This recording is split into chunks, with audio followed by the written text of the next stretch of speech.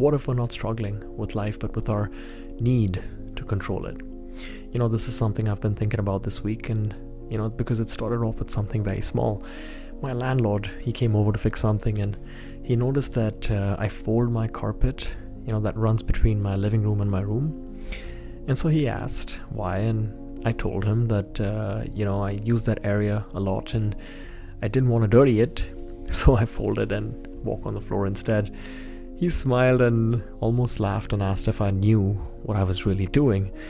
And at that time I didn't really have an answer, but after he left I thought about it and I realized something. I was trying to protect something that was meant to be used. It's a carpet. It's meant to be walked on. And the more I thought about it, the more I noticed this pattern across different areas of my life. You protect things that don't need to be protected. You hold on to things. And it shows up beyond just objects. It shows up in the way you express yourself, your ideas, your emotions, your thoughts. Sometimes you hold back. You don't say something, you don't share something, you don't act on something. Probably because there's something you're trying to preserve. Could be an image, could be a version of yourself, or maybe a sense of control.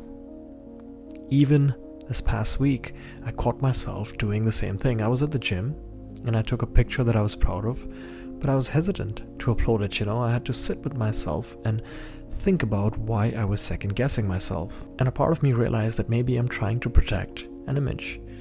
I'm trying to move away from all patterns of validation, so now I question everything.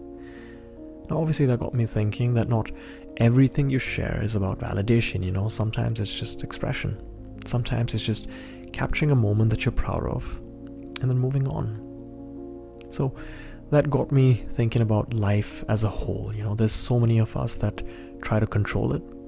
We try to get everything right.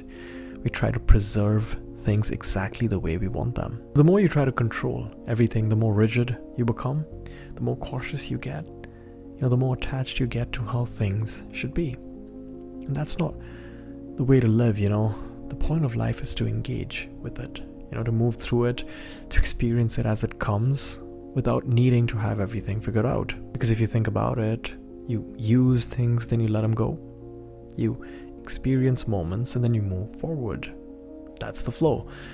And when you interrupt that flow by trying to hold on to something, you create friction. So I guess the better way to live is with a bit more openness, to stop trying to preserve everything, to stop trying to control every outcome. So I guess the lesson for me going forward is to just show up, experience what's in front of me, and to keep moving forward. Because at the end of the day, this life that we're living, I don't think we're meant to control it perfectly. I think it's something that we're meant to move through, obviously until we can't. So let me leave you with this.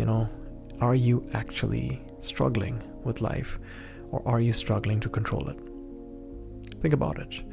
And thank you for listening. I'll see you guys next week.